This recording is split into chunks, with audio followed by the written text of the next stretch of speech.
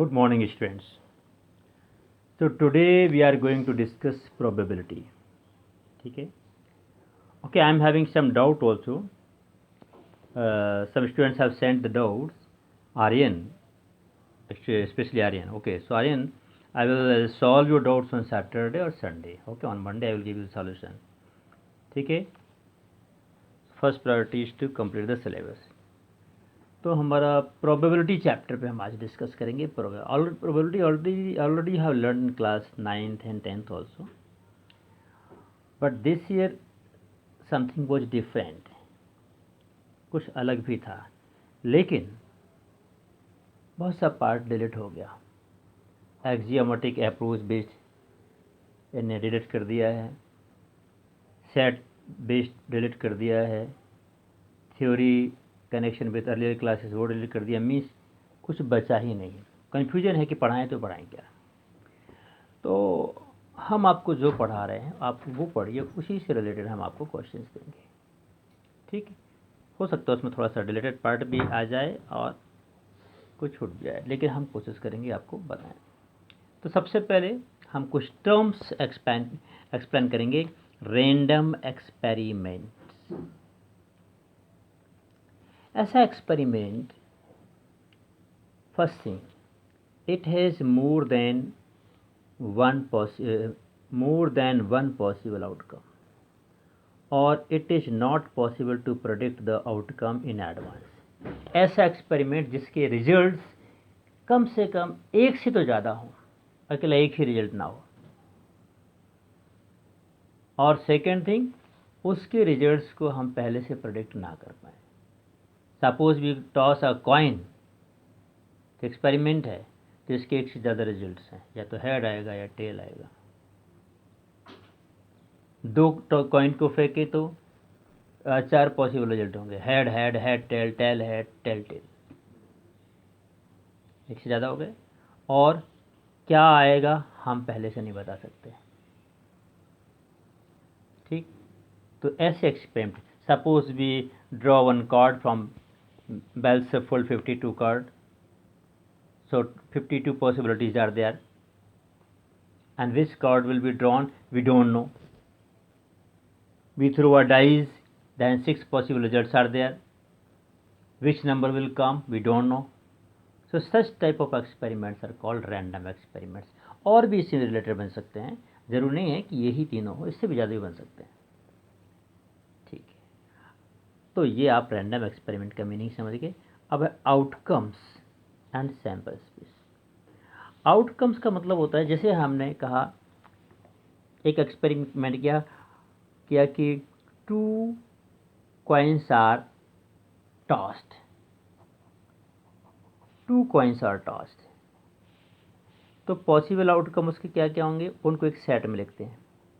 H H दोनों head, H T एक head एक टेल, टी एच एक पहले टेल फिर हेड, और टी टी। उसके रिजल्ट की 4 पॉसिबिलिटी हैं।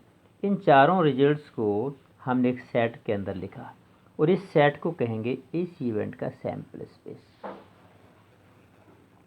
Means sample space is the set of all the outcomes. Outcomes means result. जब कोई इवेंट होगा तो उस इवेंट को, कोई एक्सपेरिमेंट करेंगे, सॉरी, हम उस एक्सपेरिमेंट के क्या क्या रिजल्ट पॉसिबल हैं, उन रिजल्ट्स को एक सेट, उन रिजल्ट्स को आउटकम कहते हैं, और उन रिजल्ट्स को एक सेट के फॉर्म में लिखें। That set is called sample space. So on the basis of these two information you have to solve exercise 16.1। चलो 16.1 के कुछ क्वेश्चन हम डिस्कस करते हैं। 16.1 of NCERT। A coin is tossed 3 times, एक कॉइन 3 टाइम्स टॉस किया गया, तो 3 टाइम्स टॉस किया गया, तो उसके पॉसिबल रिजल्ट्स क्या होंगे, H H H, sample space का बन रहा है, माना तीनों हेड, या फिर 2 हेड और एक टेल, तो हो सकता है हेड हेड टेल।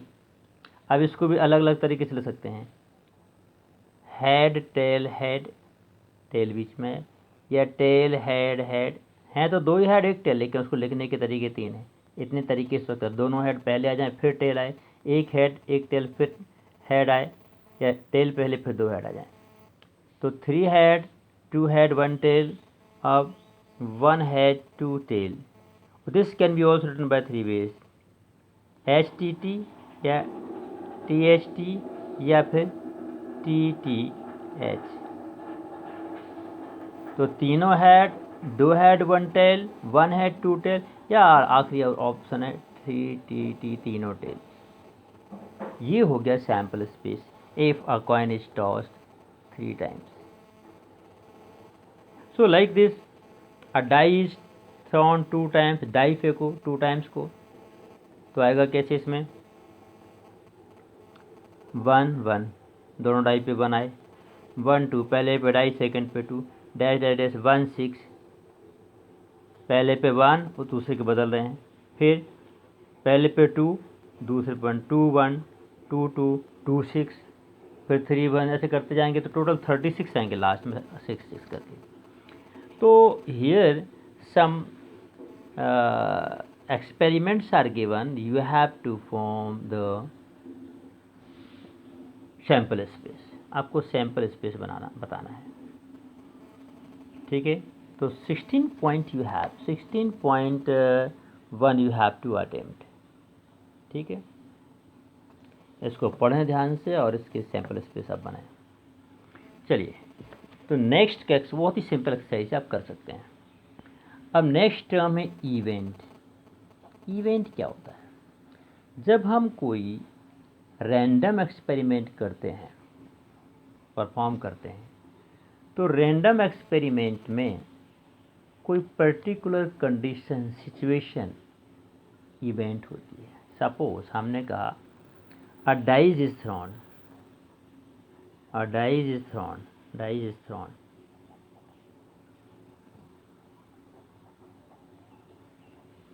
तो इज द इवेंट या इज द इवेंट कि रिजल्ट इज मोर देन 4,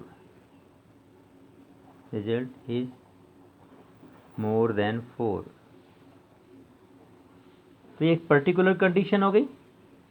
जब डाइस को फेंकेंगे तो उसका सैंपल स्पेस बचेगा 1 2 3 4 5 6, ठीक है। एस और ई रिजल्ट इज मोर देन 4, इसका सैंपल स्पेस बनेगा, इसमें आउटकम कितना आएंगे 5 और 6।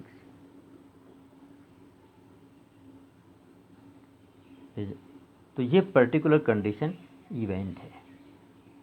इन इवेंट्स के कई टाइप होते हैं।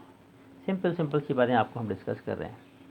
इन इवेंट्स के कई टाइप होते हैं, सिंपल और एलिमेंट्री इवेंट्स। जितने भी इसके सबसेट हैं वो सारे के सारे इवेंट हैं। जैसे हम रख दिया ई, इसमें 5 6 आ गया। कोई और इवेंट है E2, जिसमें आया 2 5, चलो ये भी इवेंट है।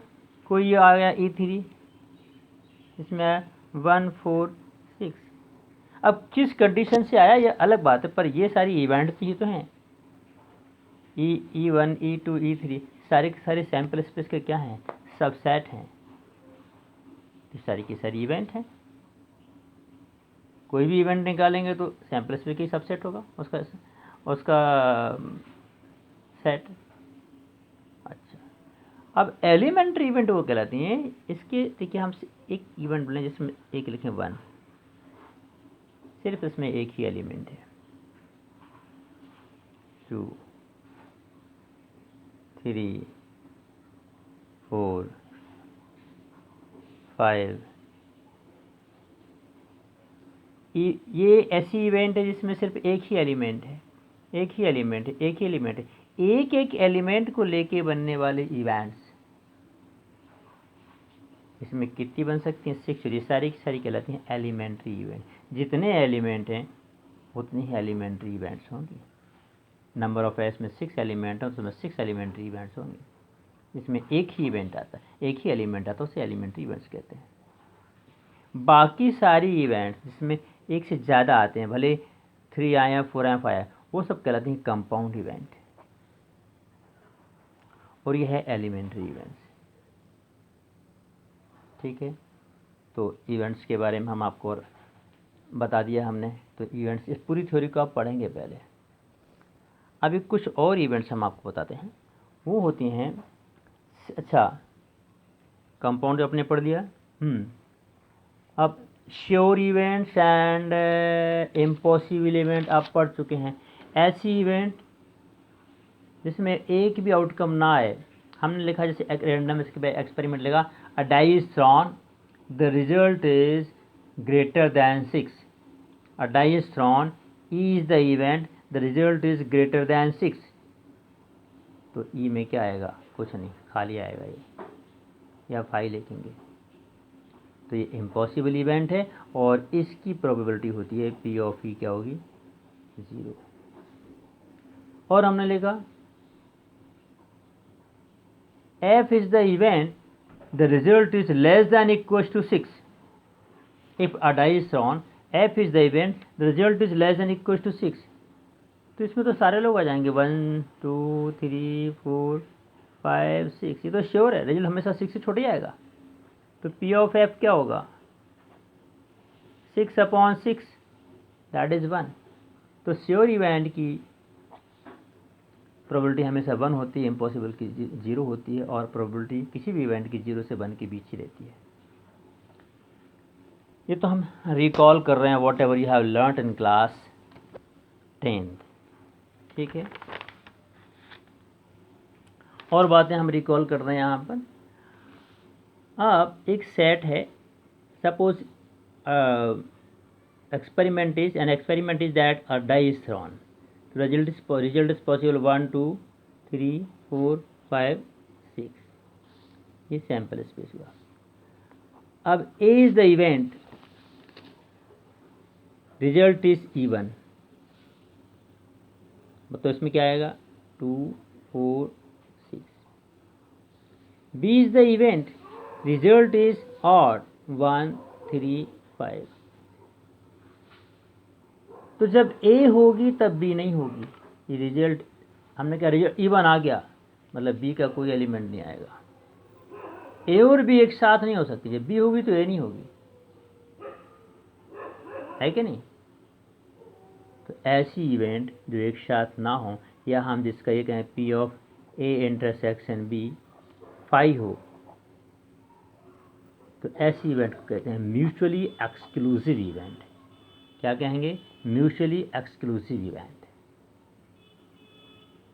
ठीक है, तो उसको ध्यान रखेंगे। अगला हम आपको बताते हैं एग्जॉस्टिव इवेंट। सपोज 1 से लेके 100 तक के कार्ड हैं रखे हुए हैं। ए में हमने रखा 1 से लेके 30 तक के कार्ड। यदि आता है तो इवेंट ए होती है। इवेंट बी रखा हमने 25 से 60 तक के कार्ड। सी रखा हमने 50 से लेके 70 तक के कार्ड। डी रखा हमने 71 से 90 तक के कार्ड। ई रखा हमने 80 से लेके 100 तक के कार्ड। अब देखिए, आप कोई एक कार्ड निकालें तो वो card A B C D में से किसी न किसी में फंस ही जाएगा। ऐसा कोई नंबर नहीं छूटा जो इनमें से किसी एक आध सेट में ना आया हो। मतलब एक ना एक इवेंट होगी ही। तो ऐसी इवेंट को जो A union B union C union D union E मिला के बनाएं एस, ऐसी इवेंट को कहते हैं एग्जॉस्टिव इवेंट।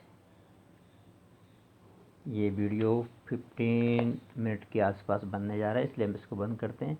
अगले वीडियो में कुछ क्या क्वेश्चन एक्सप्लेन करेंगे। Okay, thank you very much.